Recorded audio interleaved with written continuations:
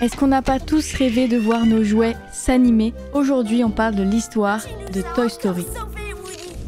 Oh, tu es mon adjoint préféré. Ton ami, c'est moi. Alors, tout a commencé avec un homme qui s'appelle John Lasseter. C'est un animateur de chez Disney. Et un jour, avec des amis, il va aller voir le film Tron, dans lequel il y a un passage avec de l'animation 3D. Alors John Lasseter, ça va le rendre complètement fou et forcément lui il va se dire que c'est vraiment le futur de l'animation et il va vouloir présenter des projets à Disney, sauf que malheureusement il va se faire virer et comme il pense réellement que l'animation 3D c'est le futur, il va rejoindre une société de production qui s'appelle Lucasfilm. Et Lucasfilm, c'est une société de production créée par George Lucas en 1979. George Lucas qui est tout simplement le réalisateur de Star Wars, on ne le présente plus, voilà, juste ça. Et si John Lasseter il décide de travailler pour cette société de production, c'est parce que Lucasfilm commence réellement à s'intéresser à l'animation 3D et veut faire des projets avec ça. Lucasfilm sera ensuite racheté en 1986 par Steve Jobs.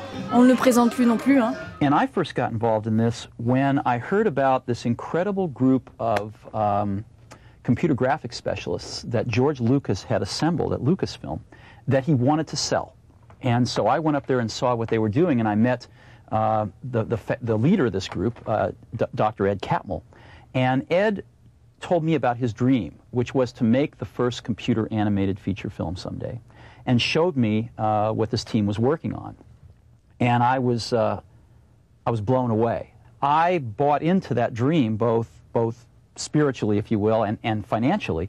And we bought the computer division from George and incorporated it as Pixar. Et c'est là que Lucasfilm sera rebaptisé Pixar. C'est là que tout commence. Pixar commence à réaliser des courts-métrages en 3D, alors forcément c'est le début, donc la qualité n'est pas vraiment là au départ, mais c'est quand même révolutionnaire. Et c'est là que John Lasseter va réaliser un court-métrage qui s'appelle Teen Toy, dans lequel un jouet vivant essaye d'échapper à un bébé. Est-ce que vous voyez le truc venir?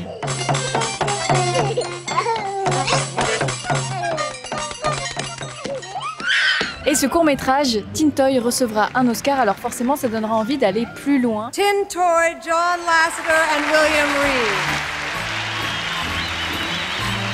Sauf que malheureusement, Pixar est sur le point de faire faillite et c'est là que Disney revient puisqu'il cherche de nouveaux moyens de faire de l'animation, comme par exemple la stop motion, comme l'étrange Noël de Monsieur Jack, ou encore l'animation par ordinateur. Donc forcément, ils vont se tourner vers Pixar et ils vont trouver un accord en 1991. Disney va aider à la production du premier long métrage d'animation par ordinateur. Alors la séance est ouverte. Bien. Et pour commencer... Le moment le plus important du projet, ça a été l'écriture du scénario. Donc John Lasseter, Andrew Stanton, Pete Docter et Joe Ranft vont travailler tous les quatre sur l'écriture de ce projet. Mais d'abord, ils doivent faire un premier test de 30 secondes qu'ils doivent présenter à Disney et ils doivent aussi suivre leurs instructions. Ils vont donc commencer à créer un scénario autour du personnage de Teen Toy, donc ce jouet précisément qui va se perdre et en chemin il va croiser un autre jouet perdu et ils vont faire connaissance, etc. Et ils ont fait plusieurs scénarios du même style mais finalement ça leur plaisait pas parce qu'ils voulaient que le décor ce soit une chambre d'enfant. C'est là qu'ils ont l'idée d'un buddy film. Un buddy film, c'est une expression pour dire un film où deux personnages ne s'entendent pas mais ils sont un peu obligés de s'entendre et ils finissent par s'entendre au final. C'est là qu'ils ont donc l'idée de faire une rivalité entre l'ancien et le nouveau jouet. Sauf que malheureusement, le jouet de Teen Toy, il correspond pas du tout. Donc ils vont devoir créer de nouveaux jouets. Ils vont commencer à faire de recherches, ils vont prendre tous leurs anciens jouets. Je vous laisse imaginer les réunions des animateurs entourés de tous leurs jouets. Ça devait être incroyable à vivre. Et forcément, ils vont aussi aller dans les magasins comme Toys R Us par exemple pour regarder quel type de jouet est à la mode. Et donc il faut trouver un jouet qui a l'air nouveau, qui a l'air un peu futuriste. Alors ils vont regarder ce qui se fait un peu et ils vont s'inspirer d'un jouet qui existe déjà, Major Matt Mason, qui est un jouet qui va dans l'espace, donc forcément ça fait rêver. Et donc commence la création du personnage qui s'appelle d'abord Lunar Larry, puis il s'appellera Tempus from Morsh, pour enfin finalement s'appeler Buzz l'éclair, qui fera référence à Buzz Aldrin, le deuxième homme à avoir marché sur la Lune, quand même, hein. Et sa combinaison d'astronaute sera inspirée d'une série, Space Patrol, mais c'est pas du tout réaliste. À la base, Buzz était en rouge, sauf que c'était une couleur trop flashy. Alors ils ont préféré faire carrément une vraie combinaison de l'équipe d'Apollo 11. Et pour le deuxième personnage, donc Woody, il faut que ce soit un personnage démodé. Woody, the older toy, was based on... Here. It was based on him. This is my Casper from when I was a little boy. This is probably 37 years old. And see, he has a pull string. See, that's "Can I stay with you?" It's like a parent understanding their child's, words. See, that's "I'm a friendly ghost." Et donc à la base, c'était censé être une marionnette, mais l'animateur Bud Locke a eu l'idée d'en faire un cow-boy et c'est ce qui restera. Woody started out as a ventriloquist dummy. He started out as sort of a sarcastic, comedic character, which to some degree stayed. Bud Locke basically had the core concept of making Woody a cowboy. I just thought a cowboy would be more interesting, working with a spaceman. Woody sera donc une marionnette ventriloque cow-boy. Ouais, on n'y est pas encore. Et donc c'est comme ça que s'affrontera l'univers du Far West avec Woody contre l'espace avec Buzz. Et c'est avec ça que sera fait une scène test en 1992. On voit en 3D pour la première fois Woody et Buzz. What you doing? I'm Tempest from Mars. Yeah, what's his butt? Say, you weren't thinking of flying, were you? Well, you know Andy loves toys that can fly. Really? Well then, to infinity and beyond! You know, Andy loves toys that he can find. Et c'est catastrophique. Ça fait très peur, surtout Woody, il fait vraiment très peur, ils sont pas du tout à la même taille. C'est là qu'ils se rendent compte que ça va pas du tout. Et surtout, les poupées de ventriloque, ça fait plus référence aux films d'horreur. Et c'est pas le but de faire peur non plus. Certes, c'est pas non plus un Disney tout beau tout rose, mais c'est pas non plus un film d'horreur. Donc, il faut reprendre. En tout cas, le physique des personnages, pour l'instant, ça va toujours pas. Et en tout, ils vont faire plus de 2000 dessins pour obtenir le Woody final et plus de 1000 dessins pour obtenir l'apparence finale de Buzz. Ça en fait du taf quand même. Mais c'est bon, le problème est réglé, les personnages ne font plus peur. Et donc ça y est, le projet est bien lancé. Alors maintenant, il faut faire des recherches sur les autres jouets et ils vont prendre des jouets qui existent déjà, comme par exemple les dinosaures en plastique. Et d'ailleurs, ils vont se faire une réflexion, ils vont se dire que normalement, ce sont des animaux qui sont censés faire peur, des animaux féroces, mais qu'en jouet, ils sont tout petits en plastique, ils sont peints un peu à la va-vite. Ils trouvaient que ça faisait un contraste assez drôle, ce qui va leur donner l'idée de faire la personnalité de Rex. Ce dinosaure qui essaye de faire peur, mais il n'y arrive pas. Il est plus mignon qu'autre chose. Oh, je m'entraîne, je voudrais être horrifique, mais j'y arrive pas. Il y a aussi les petits soldats verts qui existaient réellement. Ils les ont trouvés chez Toys R Us. Il y avait de grands seaux remplis de petits soldats verts. Et quand ils étaient dans le magasin, ils ont eu un fou rire s'imaginant que les petits soldats verts étaient vivants et qu'ils essayaient de sortir du seau. Voilà. Everybody knows these toys. There's a few, basic characteristics that we had to have. One, gun barrels always bent. Two, they have the mold flashing, the bits of extra plastic around their head. Three, their feet are attached to the bases. So when we were putting Green Army Men in our film, we had to have those three things. Oh je suis contente, je suis avec un vrai soldat pour le coup, je suis trop contente. J'étais en train de parler de soldats en plus justement. J'étais en train de parler de vous. Bah ouais, bah voilà. Bah c'est parfait. Merci beaucoup.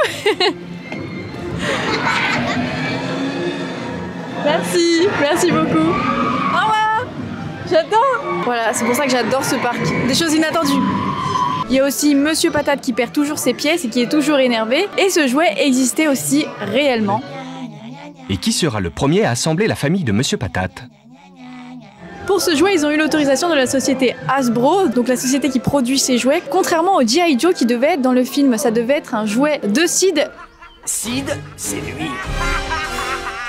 Quoi, cet enfant joyeux? Mais ils n'ont pas trop apprécié que le jouet devait se faire exploser. C'est un peu normal. Et il devait y avoir aussi un jouet très connu qui est Barbie. Mais Mattel, la société qui produit du coup les Barbie, a refusé de donner les droits d'image de Barbie parce que selon eux, chaque enfant qui a une Barbie a sa propre vision de sa Barbie et la mettre dans un film, ça aurait été de casser la vision que chaque enfant s'était faite de cette Barbie. Vous voyez ce que je veux dire ou pas? C'est vrai que du coup, si on imaginait Barbie parler de telle manière et que finalement on la voit parler autrement, c'est vrai que ça aurait pu déstabiliser. Mais comme vous le savez, finalement, Barbie sera dans le deuxième film Toy Story. Il n'y a pas que les personnages, il y a aussi le décor qui sera créé et donc Pizza Planet qui est en dehors de la maison, qui à la base devait être une pizzeria avec un golf miniature. Ils avaient d'ailleurs déjà décidé du design, ils avaient tout dessiné, mais ils trouvaient que ça allait pas avec forcément Buzz et le fait qu'il essaye de rentrer chez lui. C'est comme ça qu'on aura la pizzeria sur le thème de science-fiction et qu'on aura le fameux camion Pizza Planet qui sera un easter egg dans tous les Pixar. Buzz qui d'ailleurs à la base devait savoir qu'il était un jouet, mais finalement ils ont décidé que c'était plus rigolo s'il n'était pas au courant. J'adore. Comment on fait? J'ai une question pour vous. C'est quoi, d'après vous, l'attraction préférée ici? Votre attraction préférée? Celle-là? Les parachutes? Ah, celle-là. Vous n'avez pas l'air d'accord. Ok, maintenant j'ai une autre question plus dure. Woody ou Buzz? Buzz? Buzz ici, et là?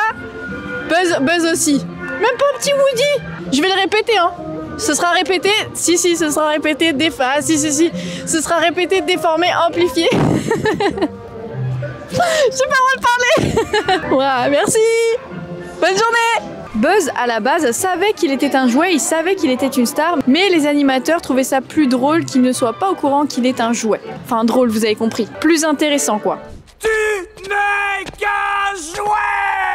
Et donc le projet a plutôt bien démarré, on est en 1993 et le projet doit être présenté à Disney, donc ils vont faire une projection pour leur montrer et la projection se passe très mal puisque dans le film qu'ils montrent, Woody il est très agaçant, insupportable, il crie sur tout le monde, il crie sur Zigzag, il pousse lui-même Buzz par la fenêtre, il est très méchant. Woody!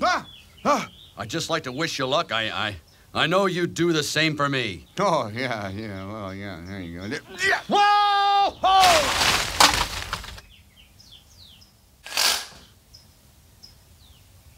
What? What are you, what's everybody looking at? What? Hey, he slipped. I tried to, I couldn't hold that. It was he slipped. Woody, you deliberately threw Buzz out the window. Hey, it's a toy world. Cowboy, where is your honor, dirtbag? You are an absolute disgrace. Hey, off the bed. You gonna make us, Woody? No, he is. Slinky! Slinky! Get up here and do your job! L'équipe Disney va être tellement choquée de voir ça qu'ils vont se lever et qu'ils vont partir sans rien dire. Et ils vont tellement trouver ça nul qu'ils vont dire à John Lasseter que tout est fini, le projet est terminé, il faut arrêter la production. Et surtout, on vire tout le monde. Ça y est, c'est bon, basta. Sauf que John Lasseter, il va pas laisser tomber comme ça et il va supplier Disney de leur laisser 2 semaines de plus pour montrer de quoi ils sont capables. Ils vont se dire, cette fois, on va pas suivre les instructions de Disney, cette fois on va faire comme nous on le sent et on va faire notre film. Et du coup, Woody ne sera plus méchant et c'est finalement la lampe de Pixar Luxo qui poussera malencontreusement Buzz par la fenêtre. C'est plus volontaire, ça devient un accident. C'est quand même beaucoup mieux. La deuxième projection, elle va beaucoup mieux se passer. Finalement, le film va se faire, le projet reprend. L'équipe Pixar décide de faire ça à leur sauce et de ne pas réellement écouter Disney. De toute manière, ils n'ont pas envie de faire un film à la Disney. Ils n'ont pas envie de film avec des chansons ou des princesses de contes de fées, en gros. Une petite minute, j'ai allumé une fusée. Les fusées, ça explose! Et pour que la réalisation fonctionne bien, il faut qu'il y ait une bonne entente entre les animateurs traditionnels, ceux qui dessinent à la main, et les animateurs 3D. Puisque tous les objets sont d'abord dessinés à la main et ils sont ensuite modélisés en 3D. Donc ça fonctionne pour tous les objets. Mais pour tout ce qui est personnage, ce sera d'abord sculpté et ensuite ce sera un peu scanné, on va dire, pour que ce soit retranscrit dans l'ordinateur. J'ai l'impression de parler comme une vieille. Un peu. Faut que ce soit retranscrit dans l'ordinateur. Enfin, vous avez compris, on s'est compris. This handheld 3D digitizer translates the object into data the computer can interpret by connecting the surface dots. Once the shape of the model is mapped into the computer, it can be viewed from every perspective. Mais le plus dur à réaliser, c'est les êtres humains. Puisqu'on se souvient, dans le court-métrage Teen Toy, l'être humain, soit le bébé, il est pas très beau. Il fait carrément même peur. Donc le but, c'est de faire mieux. Donc déjà, les humains, on va les voir au minimum. On va souvent voir leurs jambes, entendre leur voix, mais on va pas énormément les voir. Par contre, ceux qu'on va bien voir, comme par exemple le personnage de Sid, sont plutôt bien réalisés. Ils sont quand même beaucoup mieux que le bébé horrible qu'on voyait dans Teen Toy, franchement. Même si Sid, il fait quand même flipper, on va pas se mentir, c'est un personnage flippant. D'ailleurs, on est d'accord que dans notre enfance, personne n'a aussi bien traité les jouets que Andy. Dites-moi comment vous étiez avec vos jouets. Est-ce que vous étiez plutôt du style Andy à en prendre soin ou est-ce que vous étiez plutôt du style Sid à les faire exploser? Dites-moi tout, je veux savoir. Et une fois que les personnages sont créés, il faut les animer. Alors il y a plusieurs étapes pour ça. La première étape, c'est d'abord les positionner dans le plan pour savoir quel personnage est à quel endroit. Ensuite, ils sont animés, mais c'est pas encore le rendu final. Et pour obtenir ce rendu final, il faut ajouter de la lumière, des couleurs, des textures, etc. Et ensuite, on aura les images qu'on connaît tous. Alors forcément, on dit comme ça a l'air simple, mais ça ne l'est pas du tout, ça prend énormément de temps. So this is Woody, this is his stand-in, which means that it's just made out of basic geometric shapes like cylinders and spheres. And it goes faster, that's why we use it at this point, to figure out the motion. To move Woody, I just move the controls. This is his elbow. I can move his elbow up or down. The next one down is the wrist. I can move his wrist however I want him to look. And so on down. Here's his first finger. I don't know if you can see that. Je sais pas combien de temps ils mettaient pour faire le rendu de chaque image, mais avec les ordi de l'époque, ça devait être extrêmement long. Quelle que soit l'animation, c'est le même principe. Pour s'aider à animer, il faut des prises de vue réelles. Et c'est ce qu'ils vont faire pour certaines scènes, comme par exemple la marche des soldats verts. Ils vont clouer des vieilles baskets à une planche et ils vont essayer de marcher avec pour voir comment ça rendrait la démarche de ces soldats. Donc ils ont filmé des petites choses comme ça, ou encore un animateur qui a réellement brûlé la tête d'une poupée pour voir comment il faudrait modéliser sur la tête de Woody quand il se fait brûler par Sid. Et même une fois que l'animation est terminée, que le rendu est fait, etc., ce n'est pas toujours terminé puisqu'il faut retrier les scènes. Et il y a des scènes qui seront retirées à ce moment-là du montage, comme par exemple une scène où Sid torturait Buzz.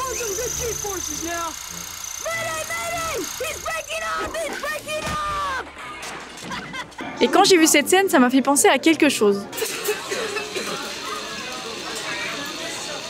Est-ce qu'on torturerait pas tous un peu Buzz finalement ? Je resterai le jouet favori d'Andy.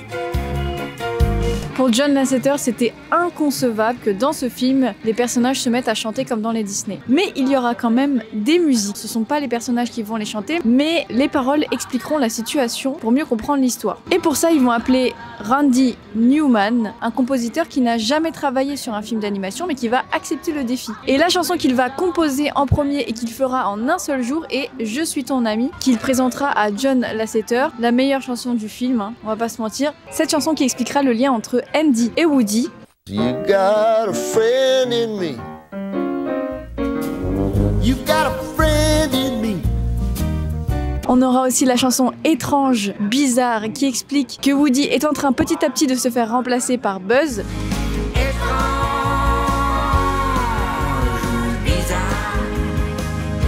Et on a aussi la chanson Jamais plus je ne volerai, qui a été la plus difficile à composer, selon Randy Newman, parce que dans la chanson, il passera d'une émotion à une autre, ce qui va rendre la chanson plus compliquée à faire. Mais au final, ça donnera Jamais plus je ne volerai. Mais jamais plus je ne volerai. You can't treat it as if exactly as if it were a real picture. I mean, there's stuff you have to catch, you know. Et il n'y a pas que les chansons d'ailleurs qui ont son importance, il y a aussi les sons. Ces sons de jouets qui nous rappellent notre enfance et qui provoquent cette nostalgie.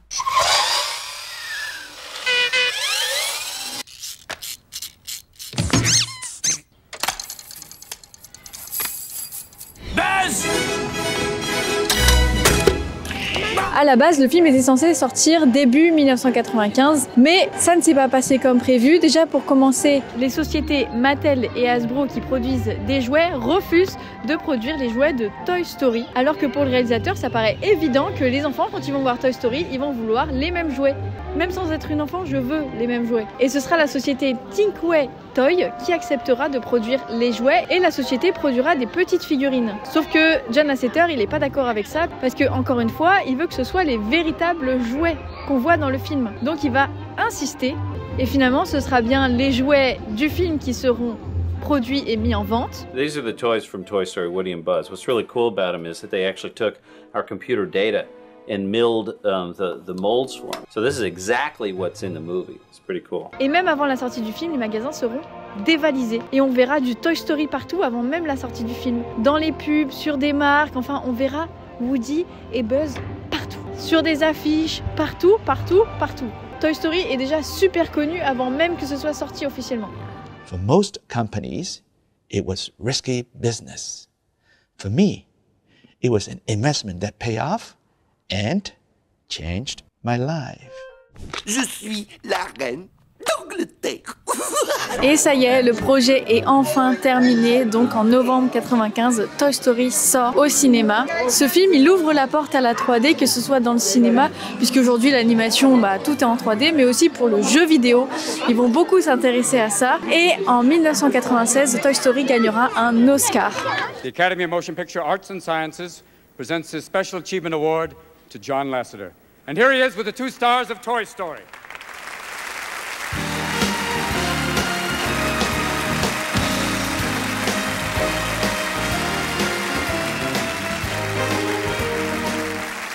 Thanks, Robin. You know, I didn't bring these guys. They hired their own limo. You know, it's a real small one. Malibu Kin was the driver. Woody et Buzz deviendront mondialement connus. Et surtout Buzz, alors là je m'y attendais pas, surtout Buzz qui, quelques années plus tard en 2008, partira réellement dans l'espace pour une mission. Et je trouve ça super drôle qu'ils aient fait ça. Mais pas que, il aura aussi sa place dans la parade de Thanksgiving de New York qui a lieu tous les ans. Il aura son propre ballon. Et bien sûr la fameuse phrase qu'on connaît tous, vers l'infini et au-delà, qui sera mondialement connue, je pense, clairement. Et comme vous le savez, après ce film, il y aura Toy Story 2, 3 et 4, qui normalement est le dernier. Après, j'ai entendu des rumeurs comme quoi il y aurait un 5e Toy Story. À voir, je sais pas du tout si c'est vrai, on verra. Moi pour l'instant j'y crois pas trop, mais c'est le temps qui nous le dira.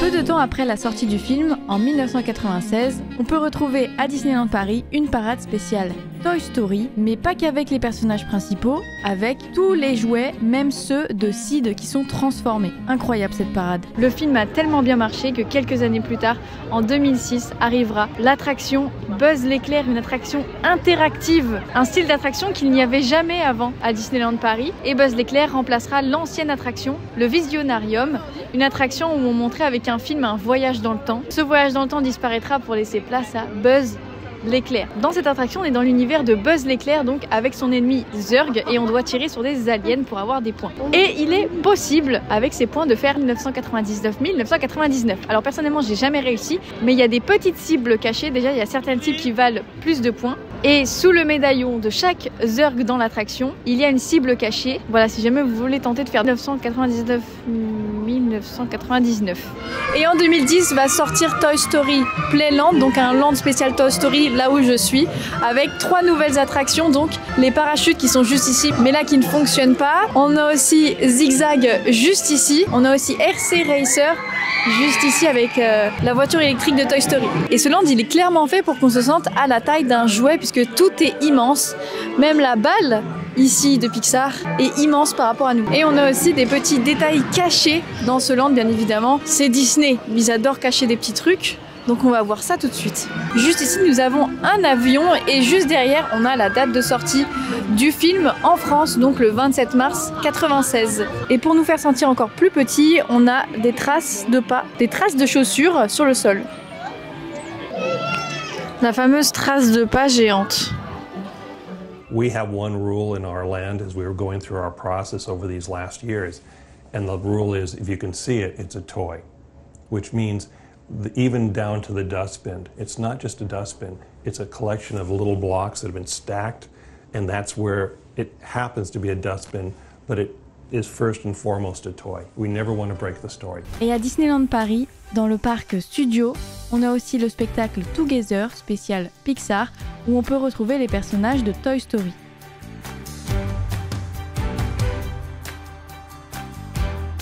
Et surtout, vous pouvez voir et discuter avec les personnages dans le parc. Ce sera répété, déformé, amplifié. J'ai pas le droit de parler. Tout à l'heure, j'ai croisé des soldats verts. Je leur ai demandé est-ce qu'ils préfèrent toi ou Buzz, et ils ont dit Buzz. Mais je voulais te dire que moi, je te préfère toi. J'ai dit que j'allais te le répéter. Je leur ai dit, du coup je te le répète. Et je pensais pas, mais en disant ça à Woody, c'est vraiment devenu mon meilleur ami. Peut-être ça notre destinée. En tout cas, crois-moi. Ouais, super! Je suis toujours là. Car je suis ton ami. Oh, c'est cool! Qu'est-ce que tu en dis? Oh, c'est vraiment super, maman! C'est la fin de cette vidéo. En tout cas, merci beaucoup de l'avoir regardé. Et surtout, je voulais dire merci beaucoup et bienvenue aussi à ceux qui s'abonnent. Voilà, moi c'est Cruelisa, ou plus particulièrement Elisa. Je voulais dire merci aussi pour vos commentaires, ça me fait trop plaisir. Franchement, je suis à chaque fois je suis trop contente, ça me fait trop plaisir. Voilà, donc merci. Et j'espère que toutes les vidéos qui suivront vous plairont. D'ailleurs, dites-moi quel est votre Pixar préféré, ça m'intéresse. En tout cas, merci beaucoup d'avoir regardé la vidéo et on se dit à la prochaine. C'est peut-être ça notre destinée. En tout cas, crois-moi. Ouais, super! Je suis toujours là. Car je suis ton ami. Oh, c'est cool! Qu'est-ce que tu en dis? Oh, c'est vraiment super, maman! Bon anniversaire, Anne. C'est le guirlande du magasin, celle